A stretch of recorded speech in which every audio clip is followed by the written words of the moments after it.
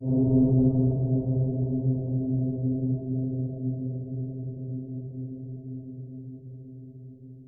I like to begin on almost any topic I speak about by describing a piece of research whose findings may be surprising to some people.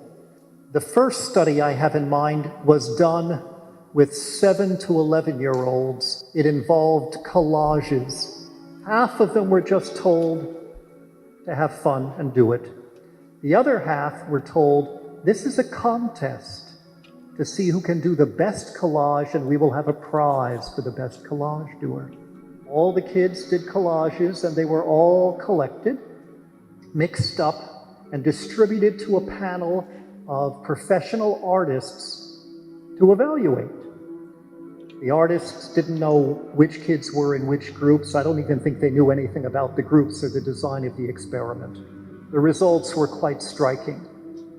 The kids who were told that this was a contest and the point was to be the creator of the best collage did collages that ended up being rated as far less creative, less spontaneous, less original, less complex, less varied. A few years later, Professor Amabile, who by then had moved on to the Harvard Business School to teach, decided to do a study with business people. She used other kinds of creativity tests that involved figuring out how to solve problems that were not immediately evident. Again, she divided the business people into two groups, those who were simply told to try to figure this out, and others who were told that this was a contest, a competition to see who could be most successful at solving the problem creatively. The results came out exactly the same way. Competition killed creativity.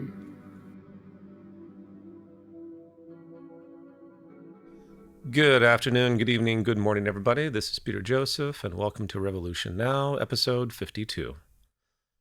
The opening audio was from a lecture by author Alfie Kohn, who has been talking about the inherent toxicity and counterproductive nature of competition for many years now. And I think he's written at least a dozen books on the subject, including from the standpoint of child development and education. I chose that particular excerpt because it speaks to the heart of a vast, enduring mythology that competition is a competent and efficient incentive mechanism toward solving societal problems and evolving one's personal development.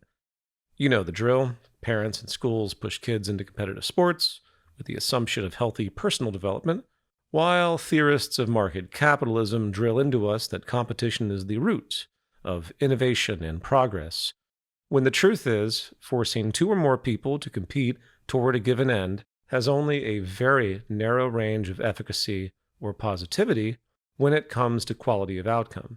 Forging a psychological disposition that one must win in any given situation to maintain self-worth, very often at the expense of other people's well-being, which is no doubt the case in the game of market economics, a near zero-sum game.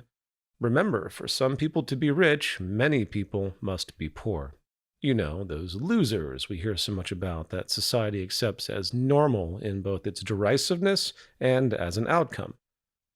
A damaging neuroses indeed that, as common as it is out there, is utterly antisocial and effectively sociopathic in nature.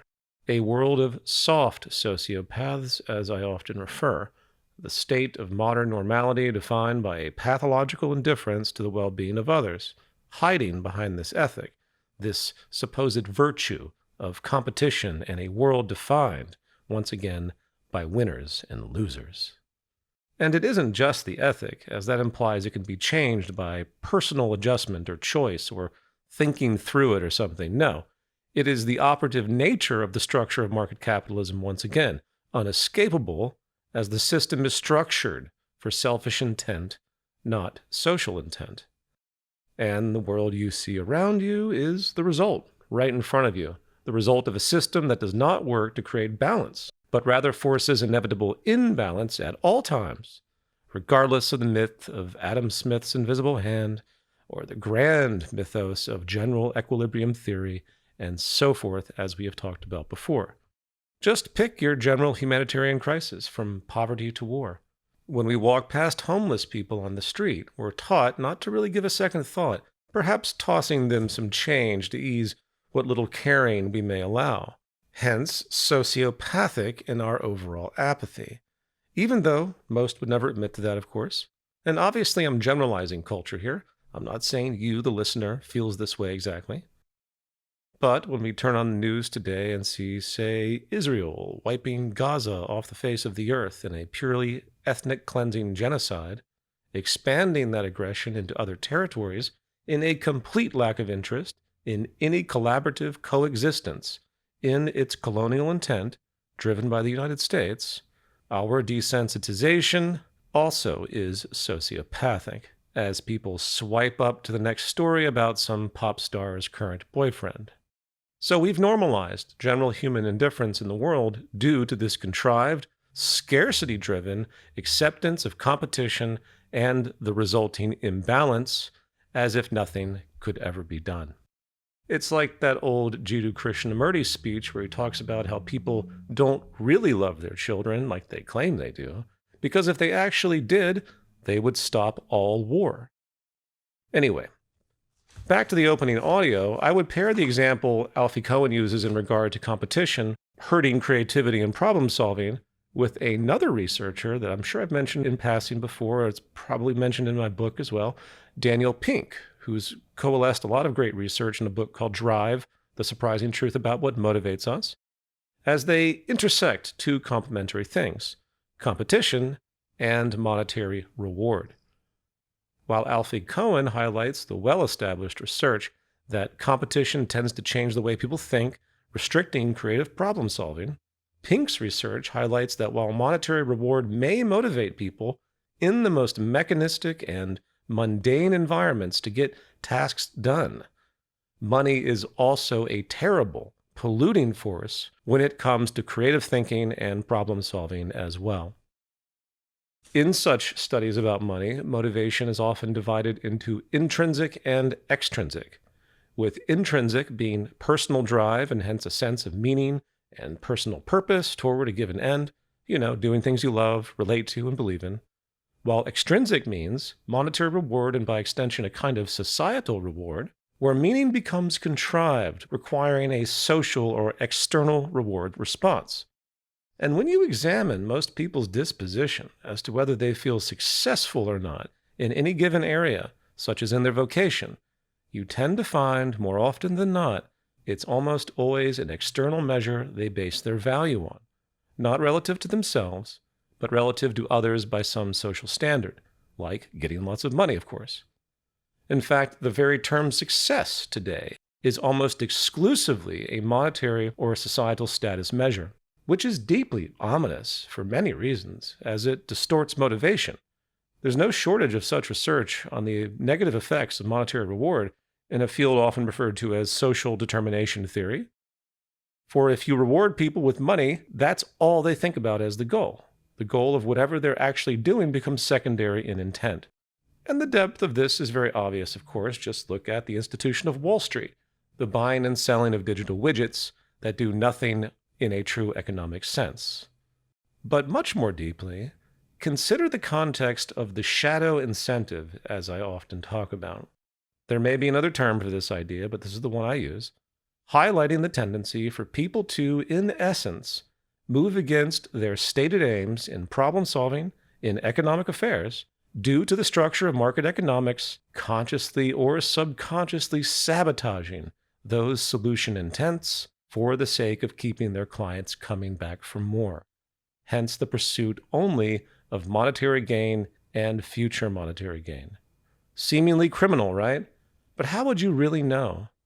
Subconscious behavior is simply too complex, and it's vast. If an economic agent knows deep down that their survival relies on surfacing other people's problems, making sure those problems continue to exist on some level becomes a common sense bias. On some level, people realize that the more problems, the better from the business service product standpoint. That is the heart, of course, of, say, the military-industrial complex, as General Smedley Butler talked about at length in his book War is a Racket. As long as war is profitable, and that profitable elite can influence power, which they ultimately do, wars will be invited and perpetuated. But back on a more everyday level, how would you know if the people you're dealing with for whatever goal economically are actually optimized in their efficiency to help you? You wouldn't. The state of normality would just be the state of normality altering expectations. The missing efficiency remains hidden, as it would be because efficiency, conservation, and sustainability is the enemy of the current economic paradigm. We can talk about planned obsolescence, where entire industries have normalized the use of cheap materials in their products, but if you didn't know there were better options for design, you would see this as just the normal state of affairs, the normal wear and tear of modern industry. I guess it's normal to have to buy a new phone or computer or dishwasher or whatever every couple of years, right?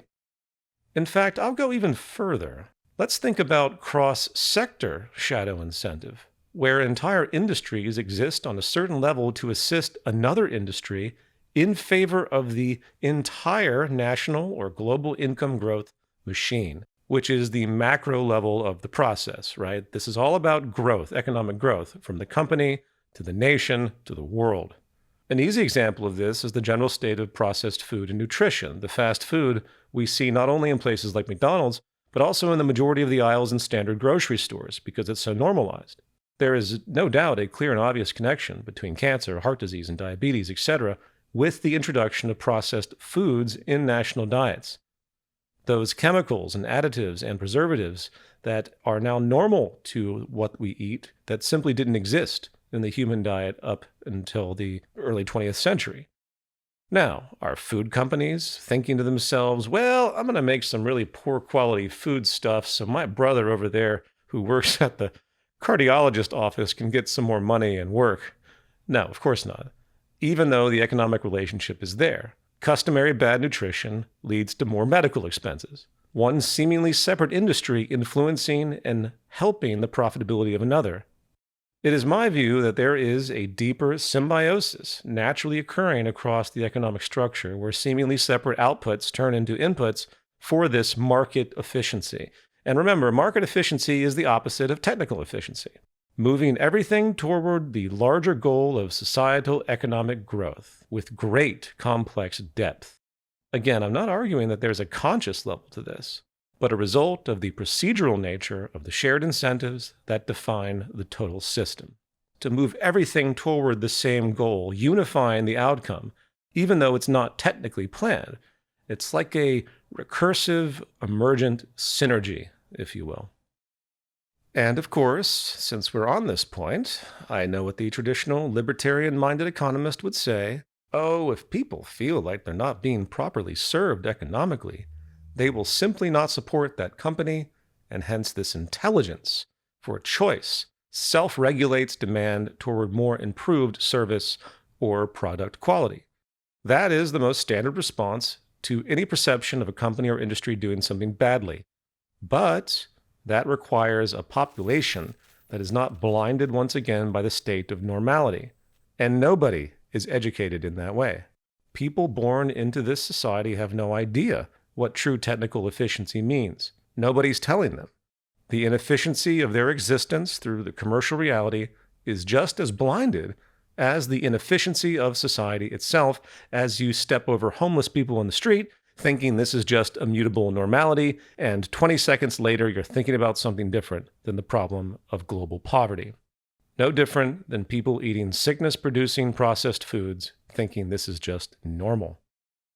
And normality does some interesting things too, sociologically. In fact, on that particular point, people that go out of their way to try to be healthy are often looked at as weirdos. Have you noticed this? As if it's abnormal to try and actually better your nutrition as opposed to just microwaving something. You're a health nut or something to that term, some other derisive term. In the same way, like a kid goes to school and really wants to learn and succeed, and someone looks at them and decides they are a nerd or a geek, another derisive term in this sort of patheticness that we see where people acquiesce to this sort of unhealthy mediocrity, right? Because unhealthy mediocrity is normal. And modern society holds people in contempt that actually want to do the improved thing. It's very interesting. But anyway, back to this shadow incentive issue. Even more, the very structure of the so-called health and medical industry is formed in a distorted way. The true focus of any doctor, or more broadly, the overall health administration approach, should be preventative, needless to say, holistic, and so forth. And people understand that, but they don't realize that things are not structured that way.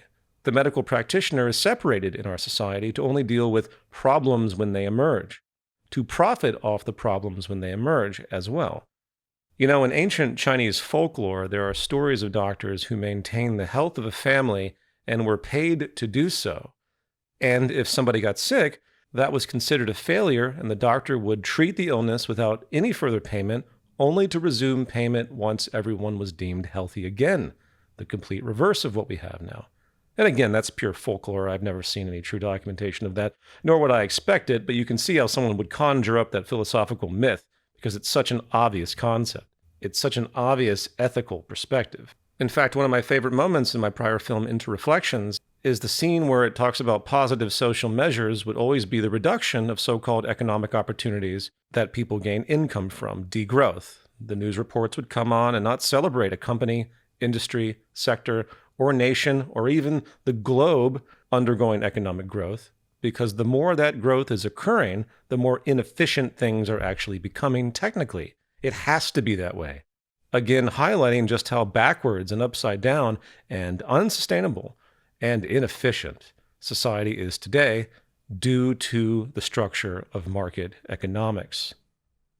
And one more of these, this orientation also applies to the hedonic adaptation and neurotic false scarcity people are trained to feel through advertising, marketing, and this neurotic drive towards social inclusion, being trained to be perpetually dissatisfied with what they have or can do, which really is a form of mental illness, forging a kind of emotional or satisfaction scarcity, if you will, right?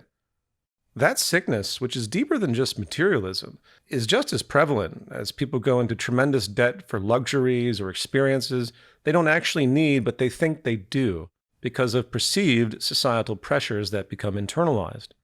And once such lifestyle or property features are introduced, it becomes that much harder for people to acclimate out and return to a more healthy, minimalistic state. Cycling, cultural sickness. A truly healthy mind does not require luxury by definition, which is really a toxic concept.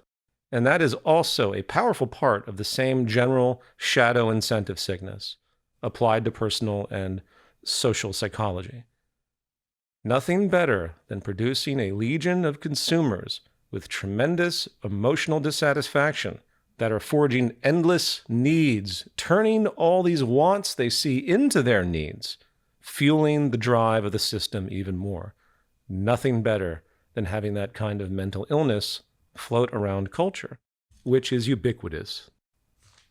Now, excuse me if I sound a little hoarse today or a little nasally. I do have a cold I'm trying to get over. Those tangents aside, let's return to the subject of money and competition once again, briefly. There's another author I've referenced in the past, a guy named Michael Sandler, who wrote a book called What Money Can't Buy, The Moral Limits of Markets. Not a very groundbreaking text, but the sentiment is very wise. He poses a different, basic moral concern. Do we really want to live in a world where everything is organized around the incentives of money? As time has increased in our slow grind within this late-stage capitalist period, like many call it, because we are inching toward the complete breakdown point where we've completely ruined the ecosystem and culture itself, spiraling into destabilization, late-stage capitalism, this market logic, we could call it, or marketization, has increasingly been applied to just about everything in our society, turning everything that exists and everything we do into a commodity, from children being paid to read books for their school, to pay-to-play dynamics where, believe it or not, one can shoot and kill an endangered species if they pay enough money, with the logic being that they're going to use that money to further help save that species, which I always thought was just fantastic. In fact, it would all make a great dystopian novel taken to extremes. I mean, we already know that money controls politics, and that's the fundamental problem. And of course, people look at the state and they say, oh, the state, it sucks. Government sucks. It's so corrupt. But they don't realize it sucks because of capitalism, as opposed to this false duality that's been created where the state is the boogeyman. But imagine a dystopian novel generally where every action one engages throughout the day is organized around some kind of cost-benefit analysis. From getting paid to get up on time in the morning, to getting paid to hanging out with your kids, or to have sex with your partner or something.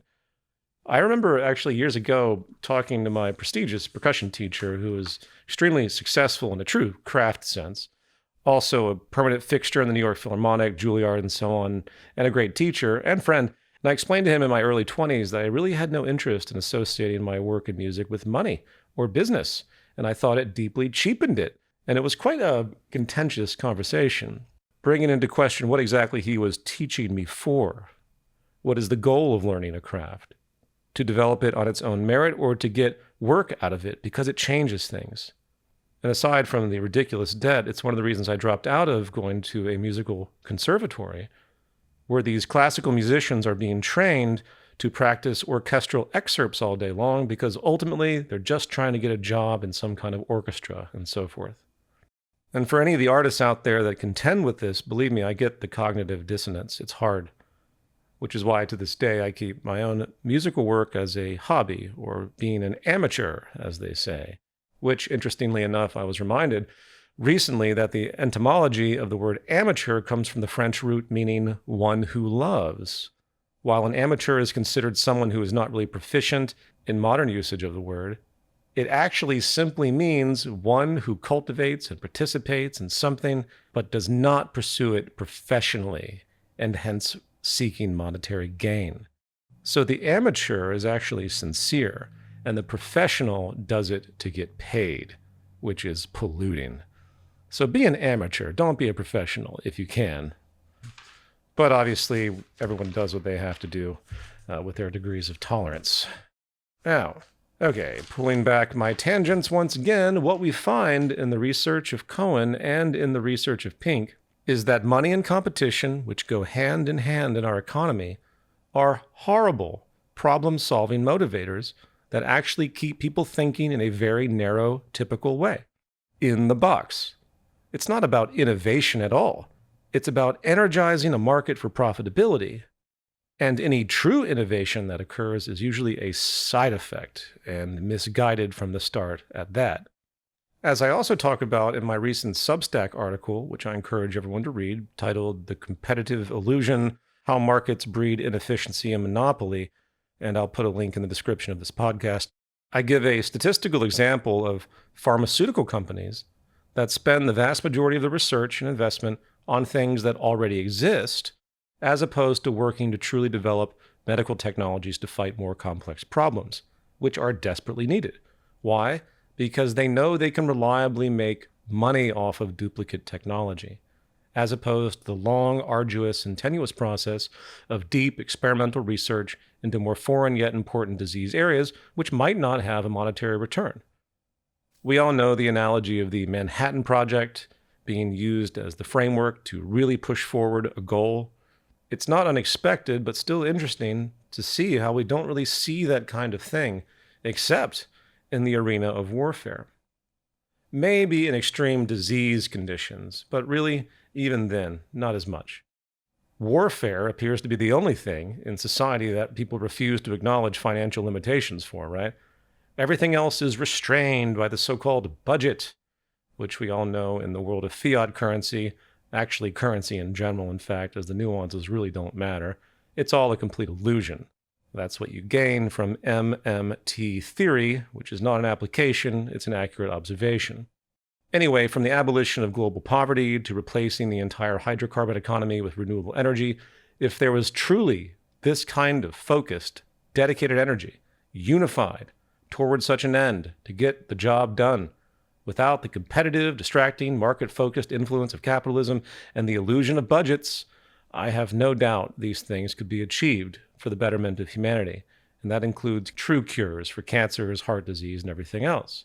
But we don't see that, because everything is diffused with this sick survival mechanism that ultimately revolves around the word scarcity. Scarcity is not just the concept of something being limited, it is the economic and sociological foundation by which all of this other sickness is born in abstraction. Quite tragically, the very basis of capitalist economics once again, that says everything is scarce and therefore we exploit scarcity for money, fueled by this assumed animalistic law of the jungle, this competitive perspective that everyone just has to fight, and it's normal. No, it's all unnecessary madness.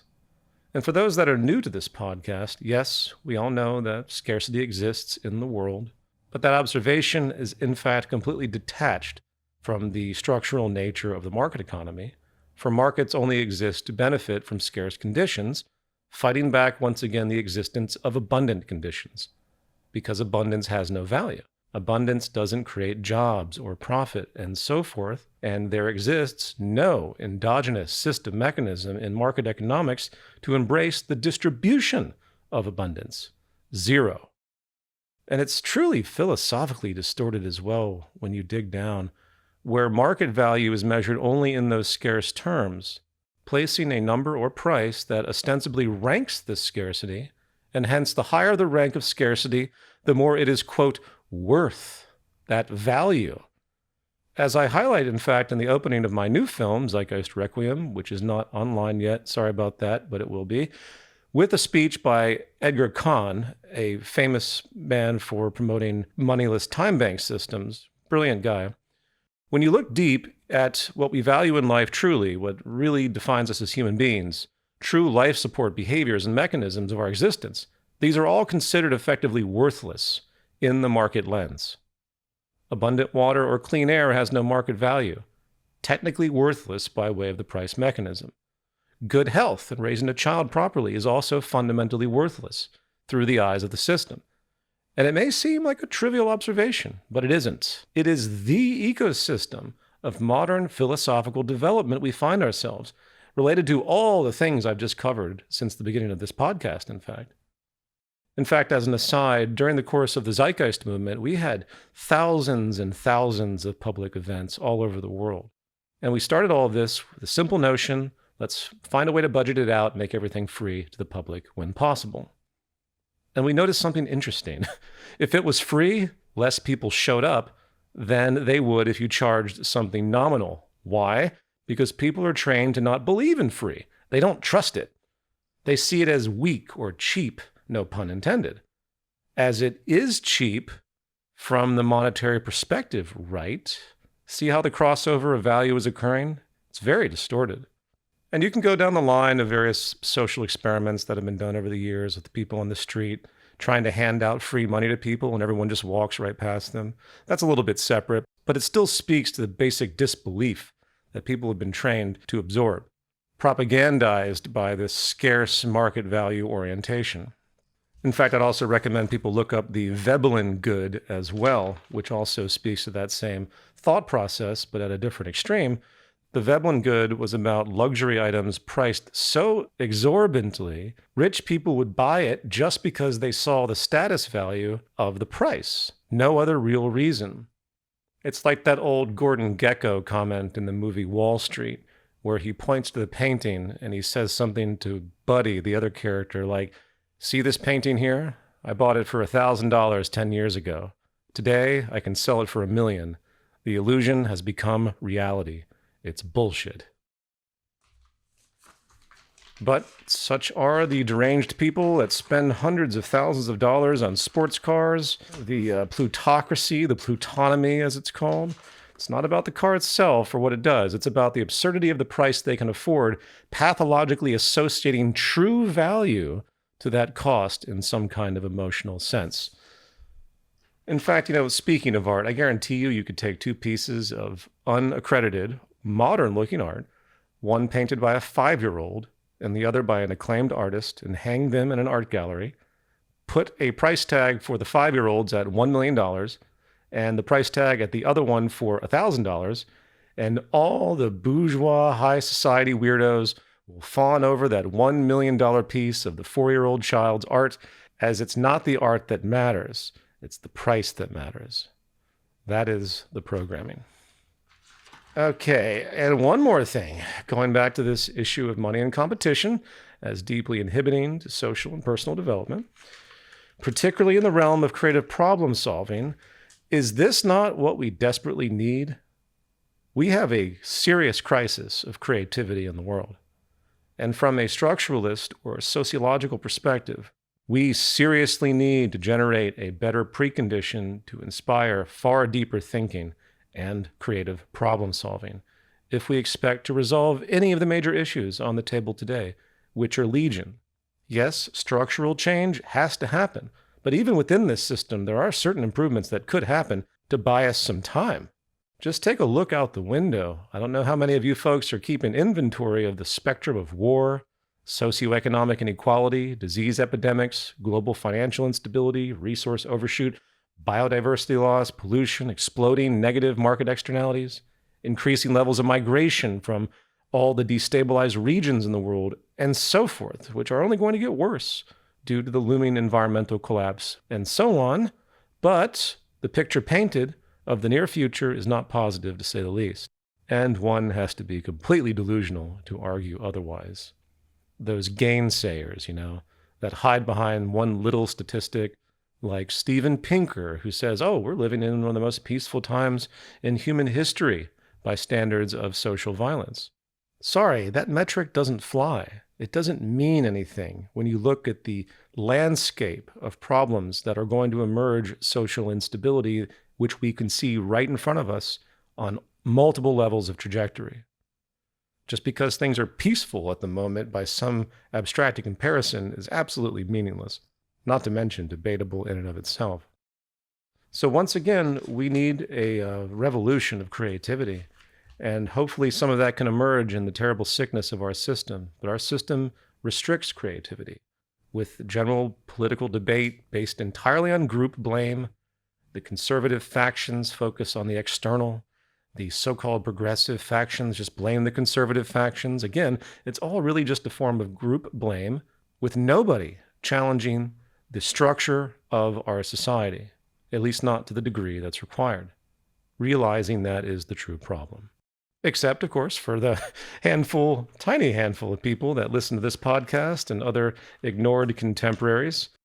I mean, I say this with actually great affection and amusement. Just look at how many subscribers are to this YouTube channel. I know there's thousands more that listen through other channels, but 12,000 subscribers on this channel over 3 to 4 years. That's pathetic. That is super pathetic. But, that's the way it is. That's where we are in this evolution. There is no revolutionary thought happening whatsoever on the level that's required, at least in terms of what people are choosing to pay attention to. Now, this has been a rant-filled episode, which was not my actual intent. I have an entire section here on how to think about moving from competition to collaboration in a self-regulatory structure.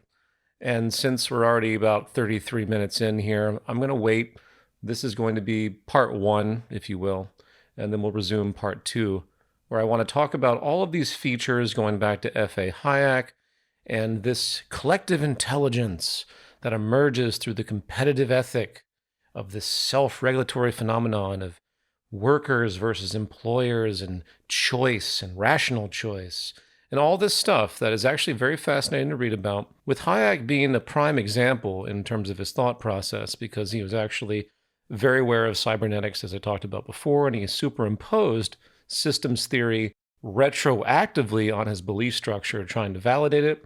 But regardless of that, in the next podcast, the thought exercise ultimately will be, well, if competition is supposed to be this magical mechanism of collective intelligence, which clearly it's not, and there are all these defining, well-researched, or I should say well-thought-about principles in regard to what it's supposed to do to achieve balance, as I talk about in my article about monopolies, well, let's reframe that and think about what it would mean to swap out competition with collaboration. So that's what's going to be on the next podcast. Part 2, once again. Thank you all very much. This program is brought to you by my Patreon. I really appreciate those few that continue to support these efforts. And take care out there. I'll talk to you soon.